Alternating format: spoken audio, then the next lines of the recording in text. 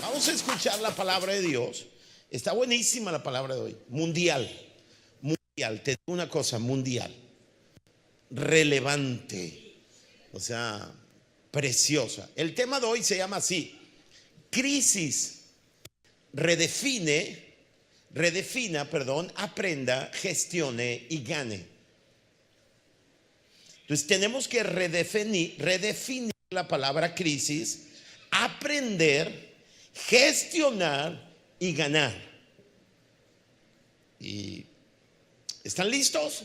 Sí. Díganlo más fuerte. ¿Están listos? Sí. Crisis, si somos honestos, odiamos esta palabra y lo que sea que signifique.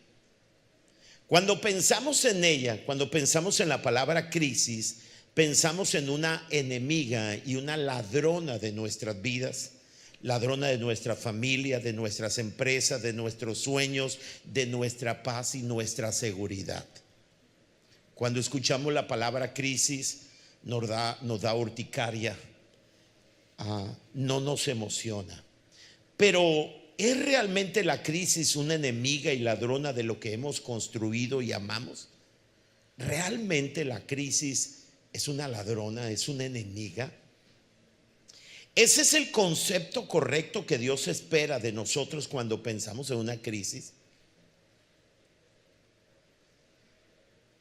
Si leyéramos Santiago, nos daríamos cuenta que no está en la pantalla, pero Santiago dice: hermanos, tengan por sumo gozo cuando os halléis en diversas crisis. La palabra crisis, entendamos en la Biblia y en otras culturas. En la Biblia, la palabra crisis proviene del griego, que significa decisión. ¿Qué significa? Decisión, elección o separación. Y del verbo crino, que significa juzgar, separar o decidir. Etimológicamente, en la Biblia, una crisis es un momento crucial. Escuchen, crisis es un momento crucial de elección o separación, donde se distinguen elementos importantes de los superfluos. Déjeme darle un ejemplo. En la pandemia fue una crisis de salud. Y cuando usted estaba en la crisis, a usted no le importaba si perdía la empresa. Si a usted le hubieran dicho: te garantizamos que después de la pandemia pierdes tu empresa, pero toda tu familia termina buena y sana, ¿usted firmaba o no firmaba? Porque la crisis nos revela las cosas que no son tan importantes y nos ayuda a entender las cosas que sí son importantes. ¿Alguien está aquí conmigo? Entonces, es un momento crucial de elección o separación, donde se distinguen elementos importantes de los superfluos, y no necesariamente tiene una connotación la palabra crisis negativa, sino que implica un cambio o un punto de inflexión. Wow. Ahora, en la cultura de Oriente, particularmente en el idioma chino, la palabra que se traduce como crisis es esta: Weiji. Aquí dice Weiji. Repitan conmigo: Weiji. Esa es la palabra en el idioma chino que se traduce como crisis. Y no significa directamente oportunidad como se cree popularmente en Occidente, sino que combina. La palabra weiji es una palabra combinada. La palabra wei significa peligro y ji significa punto de cambio o punto de inflexión. Por lo tanto, el concepto oriental de crisis implica reconocer el peligro, pero también la posibilidad inherente de un cambio significativo que puede llevar a una oportunidad o a un nuevo y superior camino. Wow. En resumen, cuando hablamos de estas dos culturas, la cultura griega. Mientras que la palabra griega de la que se deriva crisis enfatiza la toma de una decisión o un punto de inflexión, la palabra china, aunque erróneamente interpretada, señala que la crisis es un momento de peligro intrínseco que también puede ser un catalizador para un cambio positivo, una oportunidad para un nuevo comienzo. ¡Wow! Entonces, aunque implica intrínsecamente la palabra crisis, peligro, es la oportunidad, nos brinda la oportunidad para un cambio significativo en nuestras vidas. Escúcheme, nada verdaderamente grande e importante en la historia de la humanidad ha venido sin que previo haya introducido al mundo en una crisis, porque de las crisis emanaron los momentos que determinan el rumbo de la humanidad. ¿Alguien está aquí? Ahora, la palabra crisis en Occidente, en nuestra cultura, según la Real Academia Española, define la crisis un poquito más sencillo: situación dificultosa o complicada. Entonces, cuando tú estás en una situación dificultosa, complicada, tú estás en una crisis. Crisis, el término crisis alude a un periodo o una situación de dificultades o cambios bruscos e inesperados. Y todos nosotros nos quedamos con esta parte del significado de la palabra crisis, pero hemos olvidado que en su segunda parte, después del peligro, de los inesperados, nos brinda la oportunidad para un punto de inflexión, un cambio real e importante en nuestras vidas.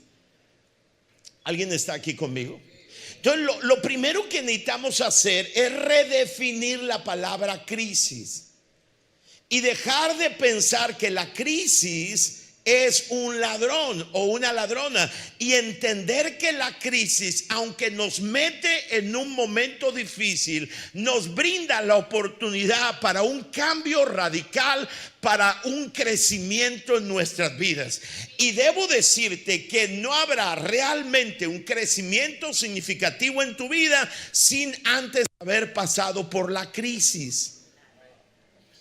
Ahora, entendamos esto. Después de definir lo que es la crisis, hay dos conceptos, dos preguntas que debemos responder. La primera de ellas: ¿qué significa entrar en crisis? Porque una cosa es la crisis y otra cosa es entrar en crisis. Dicho de otra manera, una cosa es estar enfrentando o estar frente a una crisis, y otra cosa es que la crisis esté dentro de ti. Tú entraste en crisis cuando todo lo que está a tu alrededor abate tu alma. Entonces, ¿qué significa entrar en crisis? Vean lo que dice la definición. Entrar en crisis significa experimentar un estado temporal de desequilibrio y desorganización en el que los métodos habituales para afrontar problemas son insuficientes. Se te acaban los recursos, generando síntomas físicos y emocionales como angustia, pánico, confusión y agotamiento. Entonces tú entraste en crisis. Puede ser una respuesta a un evento amenazante o al cúmulo de pequeños estresores, lo que provoca una sensación de desbordamiento y la necesidad de buscar nuevos mecanismos de adaptación. Entonces, una cosa es enfrentar una crisis y otra cosa es vivir o entrar en crisis. El verdadero problema nuestro no es que estemos como ciudad en una crisis. El verdadero problema que enfrentamos nosotros es que estamos en crisis. Hemos entrado, muchos de nosotros, en crisis. Ahora, la pregunta que es fundamental es: ¿qué genera una crisis en nosotros? ¿Qué es lo que genera que tú y yo entremos en crisis?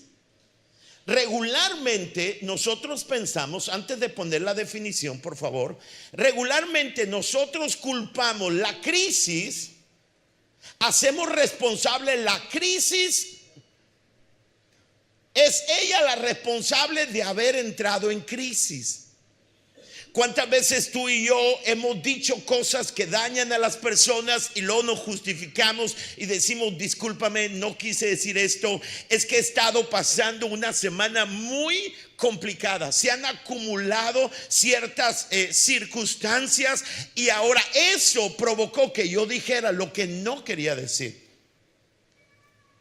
Y a veces nosotros, el punto es que justificamos o evadimos la responsabilidad de la crisis en la cual estamos y culpamos la crisis que enfrentamos. Una cosa es la crisis que tú enfrentas, cualquiera que sea el tipo, y otra cosa muy diferente es que tú entres en crisis. Ahora, la pregunta es, ¿qué genera una crisis en nosotros? Lo que produce la crisis no es el conflicto, sino la respuesta que el sujeto aporta. Es decir, el problema no es el problema, sino cómo respondemos ante él. Por eso es comprensible que ante un mismo acontecimiento, puede ser una muerte, separación, enfermedad, un despido, una persona puede caer o entrar en crisis y otra no. Porque uno entra en crisis no como resultado de la crisis, sino de nuestra respuesta ante la crisis. El problema no es el problema es cómo tú y yo respondemos al problema. Y la gran mayoría de los errores de los cuales nos arrepentimos tiene que ver con que hemos permitido que la crisis llegue a nuestras vidas. Una cosa es enfrentar una tormenta y otra cosa es que la tormenta esté dentro de nosotros. Y la tormenta, cuando está dentro de nosotros, hemos entrado en crisis no como resultado de los graves problemas que tenemos. No te ha tocado bailar con la más fea. Es tu respuesta a lo que pasa fuera de ti, lo que te introduce en una crisis. ¿Qué significa y qué implica esto? Que eres responsable de haber entrado en crisis. Eso es doloroso. ¿Alguien cree que es doloroso? Porque queremos ser justificados. Eso resulta doloroso, pero es libertador. Te voy a decir por qué. Porque podemos estar en medio de una crisis económica, de seguridad, pero impedir que vivamos en una crisis interna. Esto es más o menos como hablábamos cuando Jesús está en una barca. Sus discípulos están enfrentando una tormenta y los discípulos entran en crisis, creen que van a morir y comienzan a gritar, y Jesús está dormido. Porque puedes estar en medio de una tormenta sin estar en crisis. Puedes estar en medio de un problema y dormir tranquilamente, y esa es una gran noticia. Porque no sabemos cuándo la crisis de inseguridad en Culiacán va a cumplir ya a una semana de cumplir un año. Una crisis de seguridad, una crisis económica, una crisis en muchos sentidos. Lo increíble y la buena noticia y libertadora hoy es que sin importar cuánto dure la crisis, puedes impedir vivir en crisis.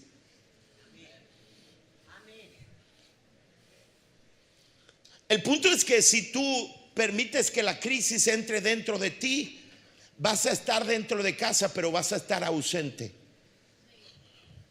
¿Alguien entendió lo que digo? El hombre va a llegar a su casa y viene en crisis. Es que su trabajo tiene una crisis. Sí, eso es diferente. Tu trabajo puede estar en una crisis, pero no significa que debes vivir en crisis. La bronca es que tiene una crisis en el trabajo y llega en crisis a la casa. Y luego está ausente. Y luego no atiende a los hijos. Y luego no tiene palabras para la esposa correctas. Y luego cuando vive indiferente es que está en crisis y dice palabras incorrectas o deja de hacer lo correcto. Y cuando su esposa le reclama, él dice, es que no entiendes lo que estoy viviendo en el trabajo. Créeme, sí entendemos lo que está sucediendo en el trabajo, pero eso no justifica que tú estés en crisis. ¿Alguien está aquí conmigo? Sí, sí. Ahora, esto es doloroso, pero también es libertador. Cuando estoy en consejería con algún varón, porque tiene problemas matrimoniales, y cuando él me está platicando, yo le digo, voy a dar por sentado y voy a creer que lo que tú dices es verdad, aunque hay otra parte de la verdad. Y cuando lo escucho, él está esperando que yo le diga, híjole, sí es cierto, tiene que cambiar tu esposa. ¿Entiende? Pero regularmente los que han estado conmigo saben que yo siempre termino diciéndolo, tienes que hacer cambios tú. Y entonces dice, espéreme. O sea, yo no vine para que usted, espéreme. Digo, tienes que hacer cambios tú. Y duele en primera instancia, pero yo le explico, mira, escúchame, si hoy te dijera que tu esposa tiene que cambiar para que cambie tu vida, entonces estás arruinado, porque dependes de ella. Pero cuando te estoy diciendo que tú tienes que hacer cambio para generar el cambio, escúchame, tú tienes el control. ¿Alguien sabe de lo que estoy hablando? Y aunque es en primera instancia doloroso, es libertador, porque puedes hacer un cambio, no depende de otras personas. La buena noticia es que aunque enfrentemos crisis, las crisis son oportunidades de crecimiento y podemos impedir entrar en crisis para poder amar a nuestra esposa, acompañar a nuestros hijos, para poder amar a nuestro esposo, para poder hablar de lo que pasa en la crisis del trabajo sin que esa crisis venga a nuestro hogar. ¿Les parece interesante? Ahora, escuchen, después de entender los términos crisis, de redefinir crisis y dejar de verla como un enemigo y es una oportunidad, después de definir lo que significa estar en crisis y entender qué es lo que genera crisis en nosotros. No, tú no estás en crisis por la ciudad en la que vivimos. Tampoco estás en crisis por lo que no han hecho las autoridades, aunque no justifico, pero nunca voy a ponerme a ser un agente de señalamiento. Al final creo que la crisis que vive nuestra ciudad, todos somos responsables, porque no solamente las cosas malas que hicimos, las cosas buenas que dejamos de hacer. Y el primer paso es admitir esto, porque todas las personas que generan violencia vienen de nuestros hogares, de las familias. Y si no hacemos un cambio nosotros, pues pocas cosas van a suceder. ¿Están de acuerdo conmigo? Entonces, esperar que hagan algo las autoridades, entonces dependemos que hagan algo. Cuando digo que podemos generar cambios, eso nos vuelve parte de la solución. ¿Están aquí conmigo? Ahora, después de esto, es el momento de profundizar en una historia bíblica que nos dejará aprender acciones que nos permitan gestionar la crisis para obtener grandes victorias, no solo para nosotros, sino también para las personas que nos rodean. Entonces, una vez que redefinimos la crisis y que entendemos que no es enemiga, Dios quiere que tú y yo aprendamos a gestionar la crisis. ¿Están listos? Les voy a leer, ¿están listos? Les voy a leer Segundo de Reyes, habla de una crisis que pasó Eliseo. Es impresionante la historia. Cada vez que el rey de Siria entraba en guerra con Israel, consultaba con sus funcionarios, el rey de Siria, y les decía: movilicemos nuestras fuerzas en tal y tal lugar. Sin embargo, de inmediato Eliseo, hombre de Dios, le advertía al rey de Israel: no te acerques a ese lugar porque allí los sirios piensan movilizar sus tropas. O sea, en resumidas cuentas, los sirios ponían emboscada y Dios le revelaba a Eliseo dónde estaba la emboscada, y él le hablaba al rey de Israel: no pasen por tal lugar porque hay una emboscada, y se quedaban esperando. Entonces el rey de Israel mandaba un aviso al lugar indicado por el hombre de Dios. Varias veces Eliseo le advirtió al rey para que estuviera alerta en esos lugares. Esa situación disgustó mucho al rey de Siria y llamó a sus oficiales y les preguntó: ¿quién de ustedes es el traidor? ¿Quién ha estado informándole al rey de Israel acerca de mis planes? nosotros no somos nosotros, mi señor el rey. Respondió uno de los oficiales. Eliseo, el profeta de Israel, le comunica al rey de Israel hasta las palabras que usted dice en la intimidad de su alcoba. Vayan a averiguar dónde está ese fulano llamado Eliseo, les ordenó el rey, para mandar soldados a capturarlo. Luego le avisaron: Eliseo está en Dotán, es una ciudad. Así que una noche, el rey de Aram envió un gran ejército con muchos caballos y carros de guerra para rodear la ciudad. Al día siguiente, cuando el sirviente del hombre de Dios, el sirviente de Eliseo, se levantó temprano y salió, había tropas, caballos y carros de guerra por todos lados. Oh Señor, ¿qué vamos a hacer ahora?, gritó el joven a Eliseo. No tengas miedo, le dijo Eliseo, hay más de nuestro lado que del lado de ellos. Entonces Eliseo oró: oh Señor, abre los ojos de este joven para que vea. Así que el Señor abrió los ojos del joven, y cuando levantó la vista vio que la montaña alrededor de Eliseo estaba ¿qué? Llena de caballos y carros de fuego. Cuando el ejército sirio avanzó hacia él, Eliseo rogó: oh Señor, haz que ellos queden ciegos. Entonces el Señor los hirió con ceguera, tal como Eliseo lo había pedido. Luego Eliseo salió y les dijo: ustedes vienen por el camino equivocado. Esta no es la ciudad correcta. Follow me. Yo los llevaré a donde está el hombre que buscan. Y los guió a la ciudad de Samaria. Samaria es la capital del imperio de Israel, donde estaba el rey y su ejército. Apenas entraron en Samaria, Eliseo pidió en oración: oh Señor, ahora abre los ojos para que vean. Entonces el Señor les abrió los ojos y se dieron cuenta de que estaban en el centro de la ciudad de Samaria. Cuando el rey de Israel lo vio, gritó a Eliseo: los mato, padre mío, los mato. Claro que no, contestó Eliseo. Observen quién está en control. Observen quién administra, o quién, la palabra se me olvida, quién gestiona la crisis. ¿Quién está en control?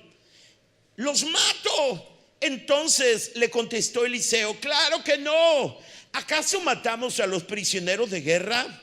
Dales de comer y de beber y mándalos de regreso a su casa con su amo. O sea, estamos hablando que estos cuates venían por él para matarlo.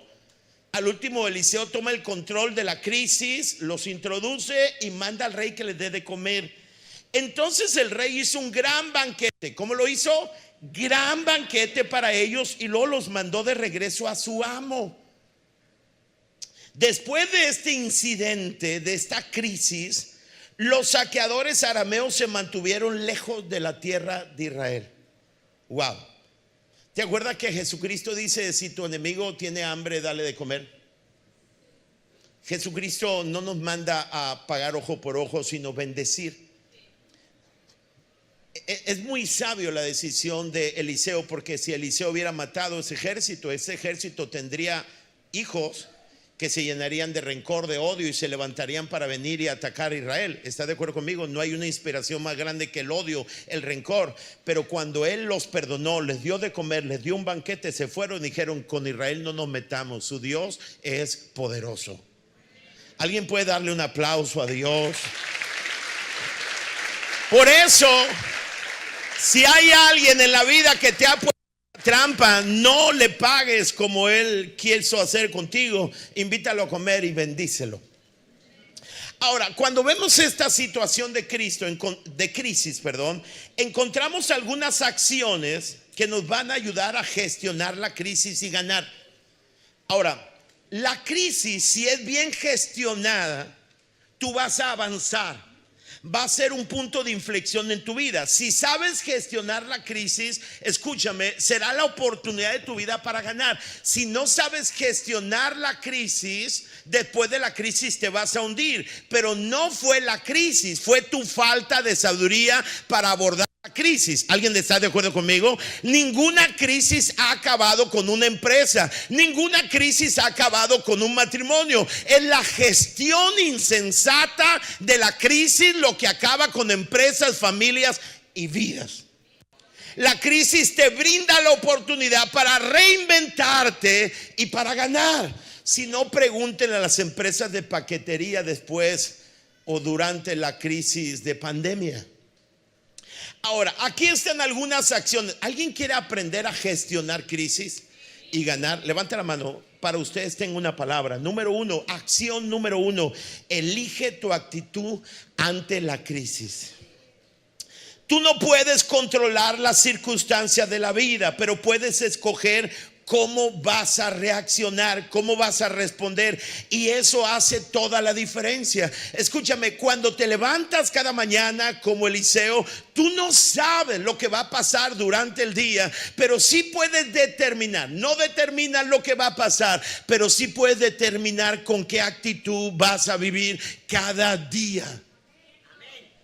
Dios siempre estará allí para ayudarte a tomar esa decisión. ¿Qué decisión? ¿Con qué actitud voy a vivir y voy a abordar las crisis de la vida? No, no es cierto, no te tocó bailar con la más fea. No, no es cierto, las crisis tuyas no son las más grandes. Eso no es cierto. Tenemos que dejar de victimizarnos y ver la crisis como debemos verla y tomar la decisión con qué actitud viviremos. ¿Alguien dice amén? El versículo dice que los enemigos llegaron de noche. Pero si van a la última parte, cuando el joven su criado dice: oh Señor, ¿qué vamos a hacer? Gritó el joven Eliseo y le dice: hey, no tengas miedo. Wow.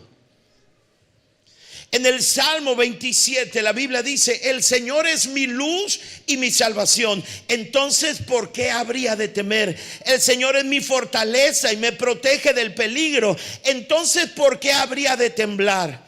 Cuando los malvados vengan a devorarme, cuando mis enemigos y adversarios me ataquen, tropezarán y caerán. Aunque un ejército poderoso me rodee, aunque la crisis aparentemente más terrible me rodee, mi corazón no temerá. Aunque me ataquen, permaneceré como confiado. Hay algo que tú puedes decidir. Número 1, para gestionar la crisis, escúchame, lo primero que tienes que hacer es decidir con qué actitud vas a enfrentar la crisis. Y yo te digo una cosa: te conviene enfrentar cada día y cada crisis con confianza. Decide la actitud con la cual vivirás cada día. ¿Alguien está conmigo? Número 2, ¿cómo le hacemos para gestionar correctamente la crisis y ganar? Mira a tu alrededor y comparte una palabra de fe y de ánimo. Ahora, cuando tú y yo enfrentamos una crisis, estamos buscando que alguien nos dé una palabra. Y si alguien no nos da una palabra, nos enojamos y vivimos diciendo: yo estuve en una crisis, esperaba que alguien viniera a darme una palabra y nadie me la dio. Eso es vivir con una actitud de víctima.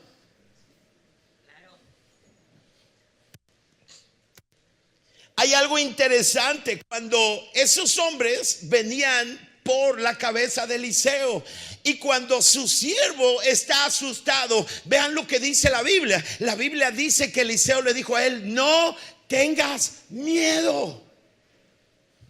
Porque en medio de la crisis nosotros somos egoístas.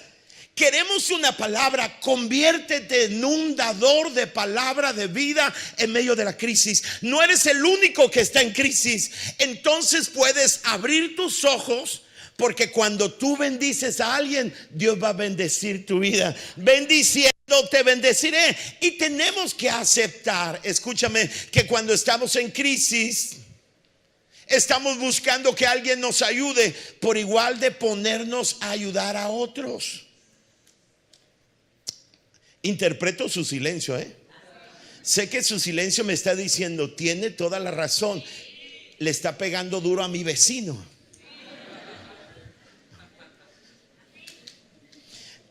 historia en Hechos 27. Fíjense qué interesante esta historia. Cuando Pablo va a Roma, era el plan de Dios llevarlo a Roma, y cuando va en una barca, va a haber una tormenta y Pablo dice: capitán, yo no soy el experto, pero mi Dios me hace entender que no debemos salir, va a estar muy fea la tormenta. Pero ellos deciden salir a la tormenta, y cuando salen se viene una tormenta, pero una tormenta, la verdad, infernal, terrible. Toda la tripulación, que eran muchos padres de familia, hombres, toda la tripulación estaba segura de que esto era el acabose de ellos. Yo quiero que entiendan que en esa misma tormenta, la mismita tormenta estaba enfrentando Pablo, estaba en el mismo barco. Pero vean lo que dice Hechos capítulo 27. Pablo le dice a todos: ¡hey, anímense! En medio de la crisis, anímense, ninguno de ustedes perderá la vida, aunque el barco se hundirá. Recuerden que la crisis nos ayuda a entender lo que es sumamente valioso y lo que no es valioso. Escúchame, el barco es nada valioso en comparación con la vida de ellos. Y le dice Pablo: hey, tengan ánimo, ninguno va a perder la vida, todos llegaremos a casa, veremos de nuevo a nuestra esposa, abrazaremos a nuestros hijos. Pues anoche un ángel del Dios a quien pertenezco y a quien sirvo estuvo a mi lado. Escúchame, Dios está contigo en medio de tu crisis. Y dijo: Pablo, no temas, porque ciertamente serás juzgado ante César. Además, Dios en su bondad ha concedido protección a todos los que vengan contigo. O sea, la salvación de toda la embarcación era Pablo. Así que anímense, pues yo le creo a Dios, sucederá tal como Él lo dijo, pero seremos náufragos en una isla. Pero observen, Pablo estaba en esa misma tormenta, pero Pablo no estaba centrado en sí mismo. El problema en nosotros en la crisis es que queremos, y por eso tenemos problemas en nuestra familia, en nuestro matrimonio, porque queremos que yo primero, en medio de la crisis, por igual de buscar una palabra, voltea a tu lado, porque hay alguien que necesita una palabra. Cuando vas al súper esta semana, recuerda que alguien está sin esperanza en medio de la crisis de Culiacán, y hazle saber que el Dios al cual tú adoras el domingo, en el que entras cada mañana a su presencia, ese Dios tiene una palabra para ellos. Vuélvete una palabra de ánimo para todos los que están enfrentando crisis. Alguien dice sí a esto. Sí. Número 3. ¿Qué hacemos para gestionar la crisis? No dije qué hacemos para no enfrentar crisis. Agradece la presencia de Dios y un plan divino, aunque haya silencio o no lo entiendas. A veces en la crisis, cuando estamos en la crisis, recuerda, puede ser un momento en que tú no sientas la presencia de Dios. Hay algo que debes entender.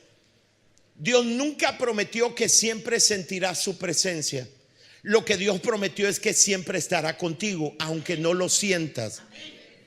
Y en medio de la crisis, no solamente das una palabra, sino dices: Señor, te doy gracias porque sé que tú estás conmigo y porque sé que tú tienes un plan.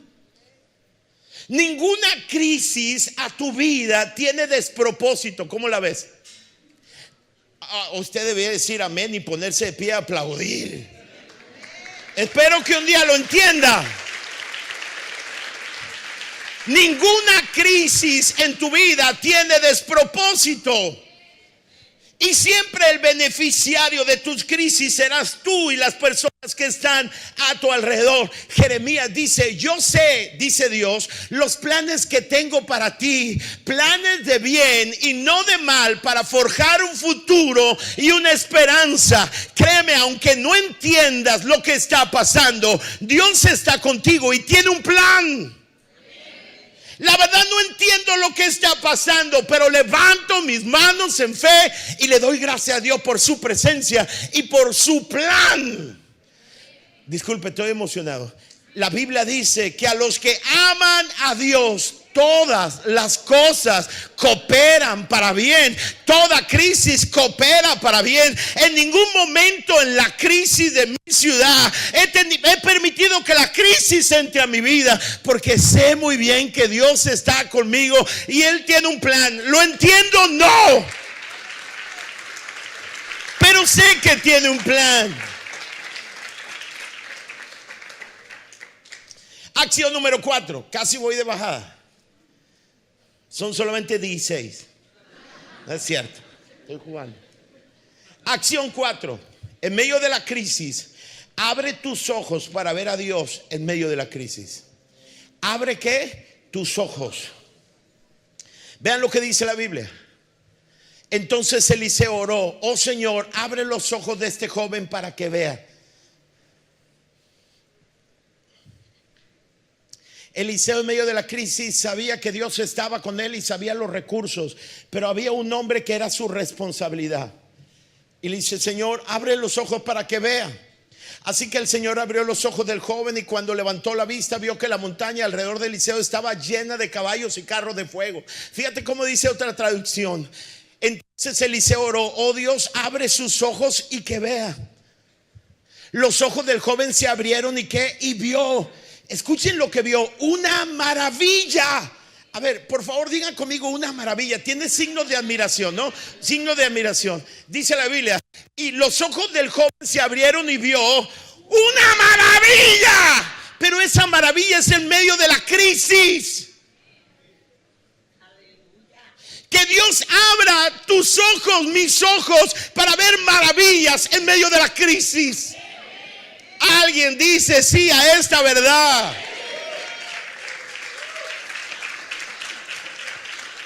Ahora, yo quiero que entiendas esto. Ponme la música.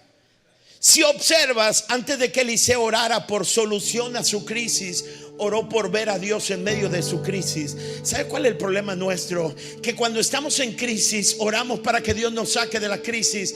Tú necesitas primero ver a Dios en tu crisis.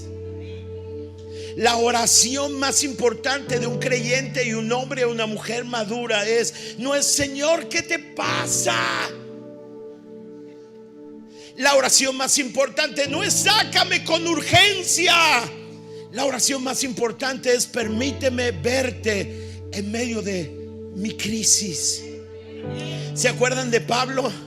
Que en medio de la tormenta, cuando todos los experimentados decían que iban a morir, el apóstol Pablo vio a Dios y un ángel del cielo vino, lo confortó y le dijo: no tengas miedo, yo tengo planes. Yo quiero que entiendas una cosa: una tormenta o una crisis, esto es algo que puedes postear. Una crisis puede acabar con tus planes, pero no con los planes de Dios para tu vida. Una tormenta nunca va a impedir que el propósito de Dios se cumpla. Y el ángel le dijo: hey, tú vas a ir a Roma, vas a testificar. Ninguna tormenta podrá, ninguna crisis podrá. Y hazle saber a todos esos chavos, a esos marineros, que van a salir adelante y que esta semana llegarán a casa para amar a su esposa y a sus hijos. ¿Tú no crees que hay hombres en Culiacán y mujeres que necesitan una palabra así? Porque la desesperanza ha embargado sus corazones, pero necesita de un hombre o una mujer en el trabajo, en la escuela. Ahora que vamos a la escuela, alguien que le diga: ¿sabes una cosa? Esta mañana estuve en la presencia del Dios a quien sirvo y Él me dijo que todo va a estar bien, no te preocupes. Y es más, me dijo que te dijera y te diera esto como una señal de que piense en ti y que todo va a salir bien. Ah, no, pastor, en medio de la crisis yo estoy para que me den, no para dar. Eso es gestionar mal la crisis. ¿Alguien está aquí conmigo? Dale un aplauso a Dios. 5. Pídele. Escuchen. Primero le pide: Señor, ayúdame a verte en la crisis. Segundo, esto es fundamental: pídele sabiduría y guianza a Dios para el manejo de la crisis. Porque regularmente oramos para que Dios resuelva nuestras crisis, pero igual de pedirle sabiduría para manejar la crisis y entender lo que Dios quiere hacer a través de ella. Si observas, escúchame, si observas quién dirigió esa crisis, quién gestionó la crisis. Señor, abre los ojos a él para que nunca él está en crisis. Abre los ojos a él para que vea que tú estás aquí. Maravillas. Y lo dice: Señor, tienes un plan para estos hombres que vienen por mí. Señor, dale ceguera. Y viene ceguera. Él estaba en el centro de la voluntad de Dios. Entendió el propósito de Dios. Hubo sabiduría. Él estaba gestionando. Él siempre estuvo por encima de la crisis. Él caminó por encima de la crisis. Nunca la crisis estuvo dentro de él. Y entonces lo lleva: hey, sígame. Y lo lleva. Y cuando, Señor, abre los ojos. Y cuando abre los ojos, tienen al ejército israelita. Y el rey dice: los mato. Dice: no, ¿cómo vas a matarlos? Dales de comida, dales un buen banquete y despáchalos por vía de tu madre. Eso es locura. Y es exactamente lo que Dios quiere que hagamos. Pero yo quiero que tú entiendas que Él siempre estuvo en control en medio de la crisis. Entendió los planes de Dios, que tenía un plan para ese hombre. Me explico, que para su criado, para esos hombres, para ese ejército. Nunca más volvieron. Una crisis puede hacer que tus enemigos que quieren despedazarte te honren tanto que nunca más se vuelvan contra ti y te bendigan. ¿Alguien lo cree? ¿Alguien lo cree? Por último, bueno, un perfecto ejemplo de gestión de crisis. Es que tengo tantas cosas que decirles, pero debo terminar. Un perfecto ejemplo de gestión de crisis es José. ¿Se acuerdan de José el soñador? José fue llevado a Egipto, fue traicionado, ¿se acuerdan? Se encuentra en la cárcel. Interpretó sueños en la cárcel. Y el faraón, el hombre más importante, tuvo un sueño de 7 vacas gordas y 7 vacas flacas, que las flacas se comían a las gordas y las flacas seguían flacas. Y el rey, y otro sueño de espigas, que se comían las flacas a las gordas y seguían flacas. Y él estaba, escúchame aquí conmigo, él estaba preguntando qué significa el sueño. Sabía que había algo y nadie podía interpretar. Entonces traen a José de la cárcel. ¿De dónde lo traen? Mira, una cosa es que, escúchame, una cosa es que tu cuerpo esté aprisionado, pero otra cosa es que tu alma esté aprisionada. Son dos cosas diferentes. ¿Alguien entendió lo que dije? Sale. Y entonces le dice: mi rey, oró a Dios y le dice: le dice, Egipto va a tener 7 años abundantes cosechas, pero después vendrán 7 años que no habrá nada que comer. Cuando eso suceda, nadie se acordará de la abundancia que antes hubo. Habrá tanta hambre que acabará con el país. Es increíble que Dios llevó a José a una crisis, a la cárcel, al abandono, porque el plan no era él, el plan era salvar.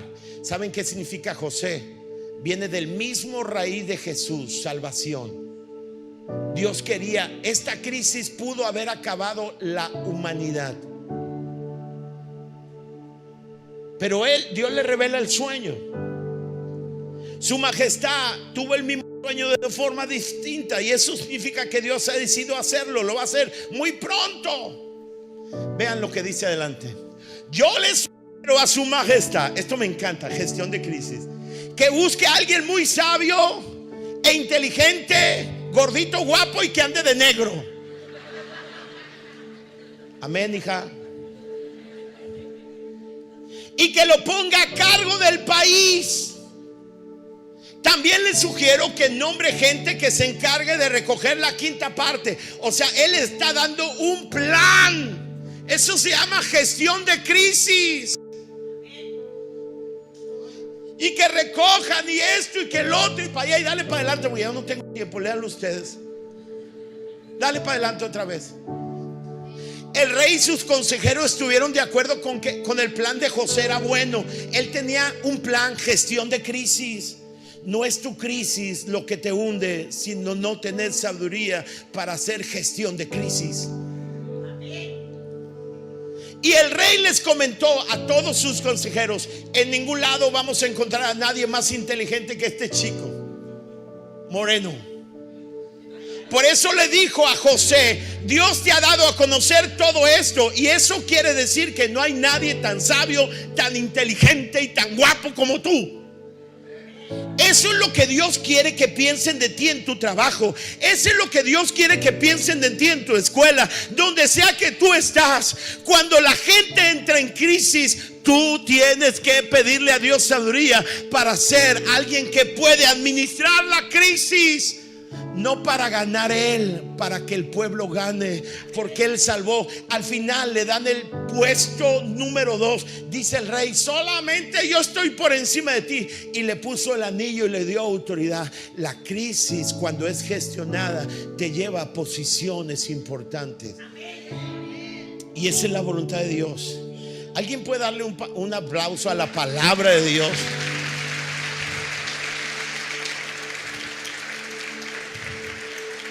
Me encanta lo que dice Romanos. Romanos dice: porque el anhelo ardiente de la creación, ¿me permiten decir algo? Porque el anhelo ardiente de Culiacán, de Sinaloa y de México es el aguardar la manifestación de los hijos de Dios. Dios quiere que se levanten los José contemporáneos. Dios quiere que tú te levantes en tu casa, en tu colonia, en tu trabajo, en tu empresa, donde sea que estés. El mundo está esperando que tú te levantes. La solución no es un partido, escúchelo bien. La solución no es un partido, un gobierno. Bendigo a mi gobierno, bendigo y no más bendigo. Cuando a veces en mi grupo pequeño aquí hay alguien se le ocurre decir algo del gobernador, o a alguien se le ocurre querer decir algo del presidente o de la presidenta, presidente municipal, yo lo volteo a los ojos y le digo: ¿te vas a atrever a insinuar algo en contra de la autoridad delante de mí? ¿Sí o no, Juan José? ¿Dónde está Juan José? ¿No está Juan José aquí? Si aquí estaba.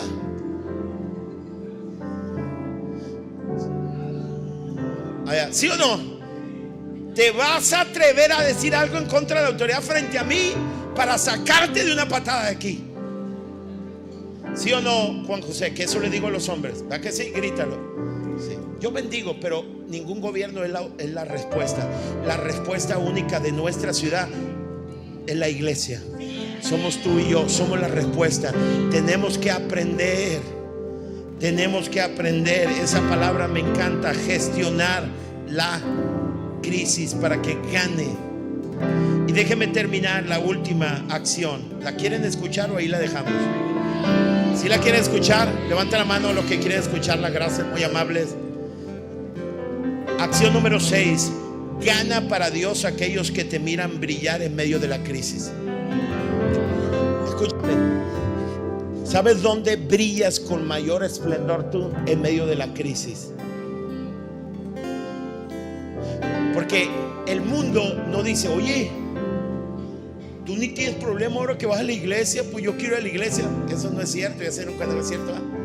Pero la gente dice: oye, antes tú renegabas y maldecías, y ahora tienes problemas más graves, y te veo positivo y te veo haciendo cambios y todo. Ahí tú brillas. ¿Alguien está aquí conmigo? Le dice: hazle comida, hazles un banquete y despáchalos. Y nunca más volvieron. Hay una historia, y con esto termino, fascinante. Hechos capítulo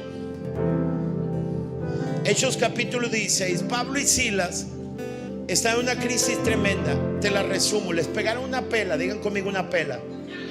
Una tabliza les pegaron.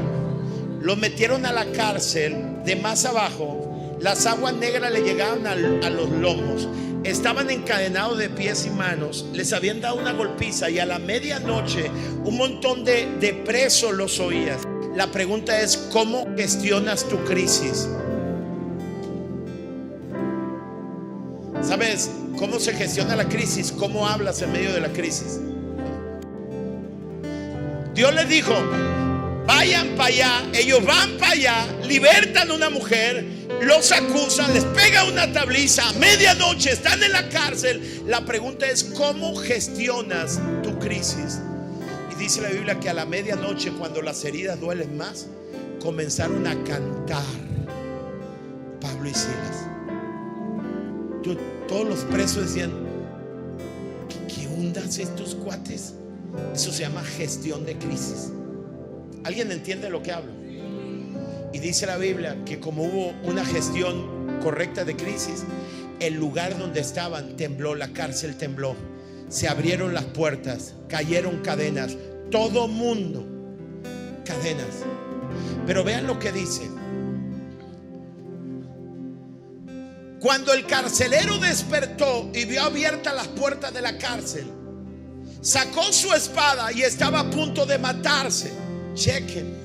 ¿Por qué? Porque él tenía que responder con su vida por estos dos delincuentes, Pablo y Silas, porque pensaba que los presos se habían escapado. Pero Pablo gritó a gran voz diciendo: no te hagas ningún mal, pues todos estamos aquí.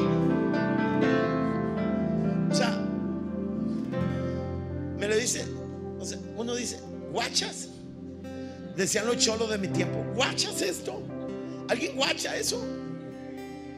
Levante la mano los cholos de mi tiempo. Sí, gracias. ¿Es de mi tiempo usted? Con razón la veía muy joven. No te hagas daño, sigue adelante. Entonces él pidió luz y se lanzó adentro y se postró temblando ante Pablo y Silas. Sacándolos afuera le dijo: señores, ¿qué debo hacer para ser salvo? Porque la gestión de crisis trae salvación a las personas que te rodean. Ellos dijeron: cree en el Señor Jesús y serás salvo tú y toda tu casa.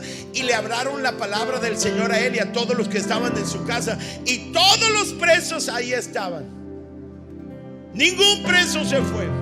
En aquella hora de la noche los tomó consigo y les lavó las heridas de los azotes que le había dado él. Y él fue bautizado enseguida con todos los suyos. Escúcheme, una gestión de crisis trajo una familia salva.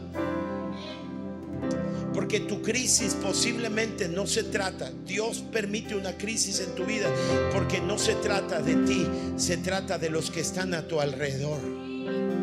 A ver, cáptame esto. Yo sé que no te gusta. Yo sé que no te gusta. Yo sé que no te gusta.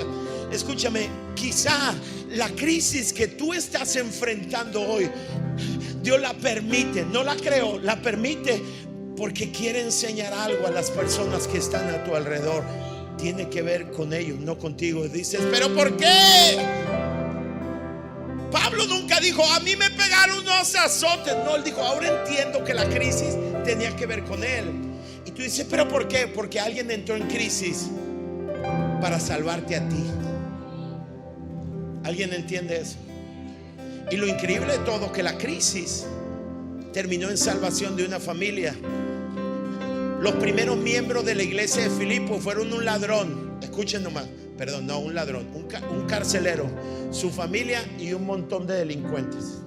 Esa iglesia empezó en un penal. ¿Alguien dice amén? Y alguien dice: pastor, espéreme. En esa oficina tuvimos una reunión con una fundación internacional que vino a ver persecución. Y ellos creen que la ciudad de Culiacán y Sinaloa está en persecución porque muchas iglesias han cerrado debido a la violencia. Y yo, con todo respeto, me paré y les dije: es cierto que nuestra ciudad y nuestros pueblos están pasando por crisis, que muchos de ellos dejaron sus pueblos para buscar seguridad en la ciudad, y las iglesias de la ciudad tenemos la gran oportunidad de crecer, porque nunca son más vulnerables ahora que fueron sacados de su propia casa. Tenemos un compromiso increíble. En nuestra ciudad hay un montón de familias que vinieron de pueblos de la sierra, que ya no podían vivir, que no encuentran seguridad, que han perdido tantas cosas. Tenemos que aprender como iglesia a manejar la crisis, porque la crisis va a traer salvación y un impacto a las personas. No hay nada más increíble que guiar a una persona para conocer a Jesús. Alguien dice amén. Y sí es cierto, tenemos un año en crisis. Sí es cierto que no podemos ir a cenar a gusto. Sí es cierto, no más tacos hay. Sí es cierto, pero esta crisis es la gran oportunidad que tenemos como iglesia. Podemos llenar 5 veces este lugar Lo podemos hacer. Si tú puedes gestionar, brillar en medio de la crisis, en tu trabajo, donde sea que estés, en la escuela, hay esperanza. El reino de los cielos va a avanzar en medio de la crisis. Alguien dice amén. Y muchos de mis compañeros pastores estaban tristes ante eso. Muchos templos se han cerrado. Les dije, sí, pero esos que vivían en el pueblo se vinieron para acá. Y en medio de la crisis hemos crecido y seguiremos creciendo. No sé cuánto va a durar esto. Oramos a las 5 de la mañana. Todos los días. Todos los días. 9 de la noche me caigo donde sea que esté yo.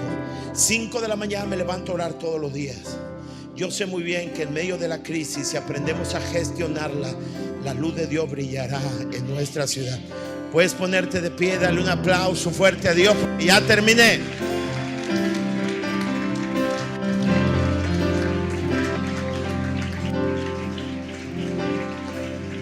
Escuche, este es un palabrón. Yo sé que es un palabrón que puede cambiar tu vida.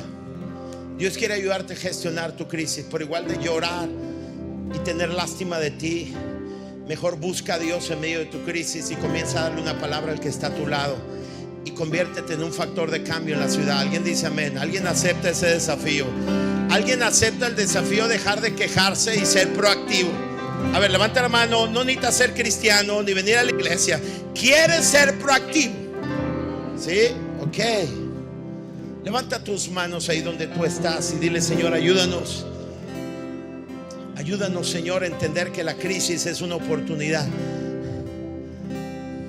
Ayúdanos a ser sabios como José. Ayúdanos a ser como Pablo, que dio una palabra de esperanza en medio de la crisis. Ayúdanos como Eliseo a darle seguridad a los jóvenes. Chicos que están estudiando en la universidad, a lo mejor alguien les ha dicho, ¿para qué estudiar? Dios va a abrir puertas para ti. Dios va a prosperar tu vida. Conviértete en alguien que pueda tener un plan y una estrategia en medio de la crisis. Porque en medio de la crisis José tuvo un plan y se convirtió en el hombre más importante para salvación, no para hacerse rico él. Túmate el rollo de ser rico, sé próspero, sé bendecido, pero bendice a los demás, porque sé más feliz dando que solamente acumulando. Vamos, levanta tus manos. Señor, muchas gracias esta tarde por la palabra que tú nos has dado. Vamos, responde a la palabra un minuto. Señor, gracias por esta palabra tan increíble que tú nos has dado. Gracias por tu amor. En el nombre de Jesús te bendecimos y te amamos. Despiértanos, Dios, sácanos de ese sentimiento de conmiseración por la crisis que enfrentamos. Ayúdanos a determinar con qué actitud vamos a enfrentar la crisis. Ayúdanos a orar para verte a ti, para gestionar crisis y para que otros te conozcan a ti. En el nombre que es sobre todo nombre, bendigo a todos los que hoy están aquí. Gracias, Señor. Amén. Así como estás de pie, por favor, quiero invitar, si tú nos visitas hoy por primera vez, sé que te llevas un mensaje. Yo lo sé muy bien. Solamente que no hayas querido, pero te llevas un mensaje. Pero lo más importante que te puede llevar es la salvación. Jesucristo dice: yo estoy tocando puerta de tu corazón. Si tú oyes mi voz y abres la puerta, yo entraré para cenar contigo y tú conmigo. Lo que Dios está diciendo, Dios quiere tener una intimidad contigo. Dios quiere perdonar tus pecados y quiere bendecir tu vida. Porque cuando llegues al cielo, al final de tu vida, no será relevante si fuiste una buena persona, porque no nos alcanza. Lo único importante es si aceptaste a Jesucristo como tu único Salvador y Señor de tu vida. Y si tú nunca has invitado a Jesús, esta es la oración más importante de tu vida. Esta oración determina tu eternidad, así de sencillo. Y va a aparecer ahora en la pantalla. Bueno, ahí está. Y quiero que la hagamos juntos. La Biblia dice que con el corazón se cree, pero con la boca se confiesa. Quiero invitarte para que hagas esta oración. Mira, la voy a hacer yo primero. Dice: Señor Jesús, abro mi corazón y te entrego mi vida. Deposito mi fe en ti, pido que me perdones de todos mis pecados. Te doy gracias por tu amor y tu misericordia, y te recibo como mi Señor y Salvador. Ayúdame a caminar contigo en cada momento de mi vida. Gracias por la salvación. En pocas palabras le dices: te entrego mi vida, perdona mis pecados. Gracias por tu amor, tu misericordia. Sé mi Señor y Salvador. Ayúdame cada momento en mi vida, y gracias por salvarme. Si tú nunca has hecho una oración como esta es tu oportunidad. Quiero que la hagamos juntos. Lo vamos a hacer toda la iglesia, así que lo hacemos juntos. Hazlo con todo el corazón. ¿Listos? One more time. Señor Jesús, hoy abro mi corazón y te entrego mi vida. Deposito mi fe en ti y pido que me perdones de todos mis pecados. Te doy gracias por tu amor y tu misericordia, y te recibo como mi Señor y Salvador.